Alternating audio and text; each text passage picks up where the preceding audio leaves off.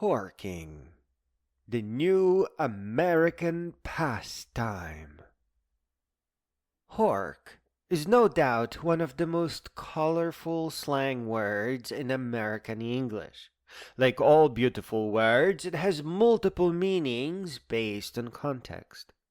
When you are repairing your computer and hork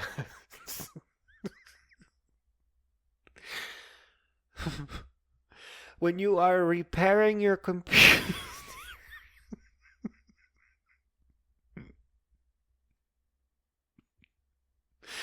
when you are repairing your computer and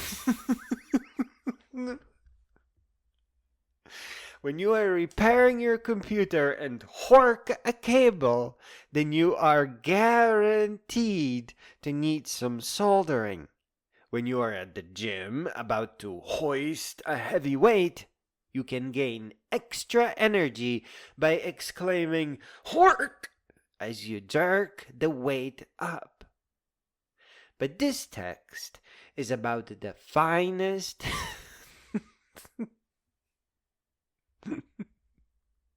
But this text is about the finest and by far most pleasant meaning of the word, where hork is the opposite of honk.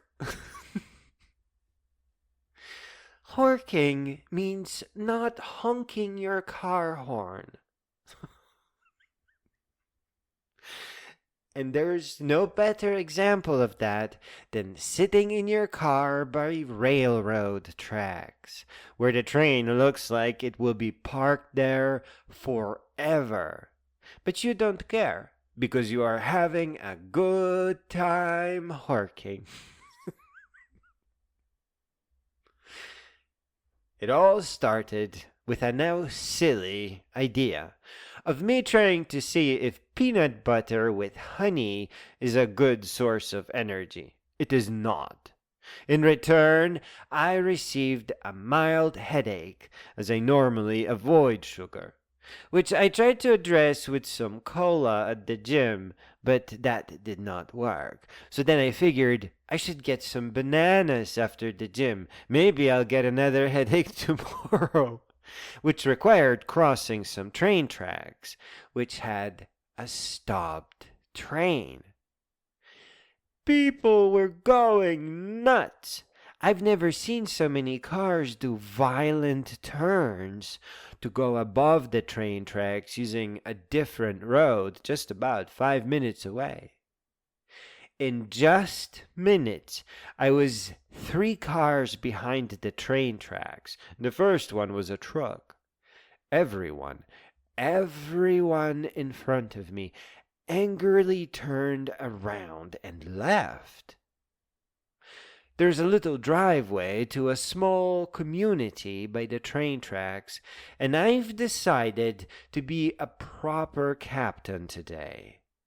I stopped right before the driveway, giving all the people that lived there way more room than they could possibly ever need.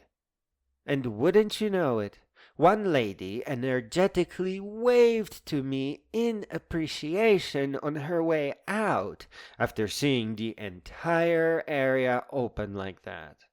It took me a second to notice her waving, as she was practically popping a wheelie on her way out, and didn't figure out why, which made me chipper.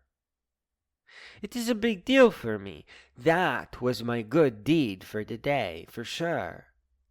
People behind me who were hoping to get into the community couldn't see that I kept the area open like that, and angrily drove on the side of the road on my right. They had an entire lane open. They could have used that. When they witnessed the entire open space, they became even more enraged. Because in America, or anywhere really, no one likes a doodly-do-right captain like me. Entire minute passed as all this was happening, and the train did not move at all. It looked broken, and I liked it. I took out my notepad, clicked my pen a couple of times, and I've decided to come up with a really good name for deeply enjoying being stuck in traffic. Hearing people honking in the back, the word Hork was the first thing to come to me, so I scribbled it with joy and leaned my seat back. Having previously remembered an old programming language, I took out my phone, pulled up an AI, and typed in, "Generate several genius-level JavaScript snippets inspired by Prologue." The snippets should utilize modern JavaScript. I've been doing this for several days now. I had so much fun I can't describe it. But Prologue generated by far the most bizarre and beautiful code snippet. The ones I got dealt with data trees or branches, analyzing relationships between nested data. I must have spent 10 minutes looking at that. It was really hard to track the flow control. Using functional programming over nested branches or trees is very fun, but I only do it to make code look impressive. Hats off to those who learned programming starting with Prologue. You are each a scholar and a gentleman, maybe a little bit crazy. Once I had enough of programming for the moment, and another few dozen angry motorists passed by, I took out a moment to zonk out and admire the car graffiti. It is so nice that when the trains do crawl by, you get this art show by all kinds of artists from different backgrounds and with different color ideas. It started snowing. It was very pretty, but it is still a little bit too warm for the snow to stick, so it was all melting into puddles. I looked down on my phone and had the AI generate a man-in-the-middle proxy with secure socket layers and custom certificate authority. I'm working on a visual programming language, so I want to add a nice little set of commands for manipulating web pages. Going over the code the AI was generating, I muttered, "The things I do for bananas." But I'm eating one right now as I write this, so it was a good decision overall.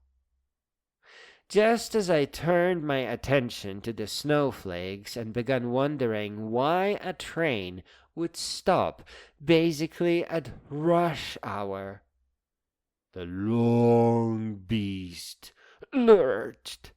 After half an hour of horking, the thing started moving. Yeah, now I can see why people would be so angry and quick to turn around, especially if that train stops for so long with any frequency. The graffiti was, of course, lovely. It was theatrical.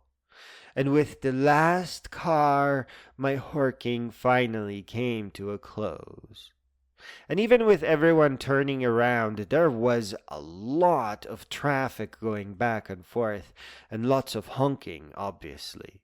These motorists did not hork. They will never hork. They will always abhor horking.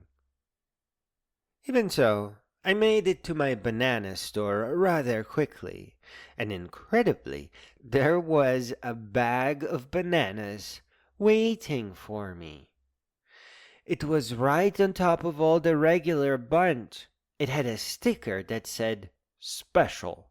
I muttered, "You don't have to sell it to me."